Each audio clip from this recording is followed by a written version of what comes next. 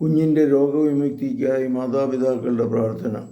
ശിശുവായി പിറന്നുകൊണ്ട് ശിശുക്കളുടെ പരിമിതികളും ബലഹീനതകളും അനുഭവിച്ച ലോകരക്ഷക, ഈ കുഞ്ഞിനെ ഞങ്ങൾക്ക് നൽകിയതിനും എന്നെ ഒരമ്മയാക്കിയതിനും അങ്ങയോട് ഞങ്ങൾ നന്ദി പറയുന്നു. അങ്ങയുടെ ദാനമായ ശിശുവിനെ അങ്ങേക്ക് ഞങ്ങൾ കാഴ്ചവെക്കുന്നു. ആത്മാവിനും ശരീരത്തിലും ആരോഗ്യവും സൗഭാഗ്യവും നൽകി ശിശുവിനെ അനുഗ്രഹിക്കണമേ. ഇപ്പോൾ കുഞ്ഞിനെ ബാധിച്ചിരിക്കുന്ന രോഗം മൂലം ഞങ്ങളെല്ലാവരും ദുഃഖിതരും ആകുലചിത്തരുമാണെന്ന് അങ്ങേക്ക് അറിയാമല്ലോ. ഒരമ്മയുടെ ദുഃഖം ശരിയായി ഗ്രഹിച്ചിട്ടുള്ള ഈശോയെ, എൻ്റെ കുഞ്ഞിൻ്റെ രോഗം മൂലം വേദനിക്കുന്ന ഞങ്ങളോട് കരുണയായിരിക്കണമേ.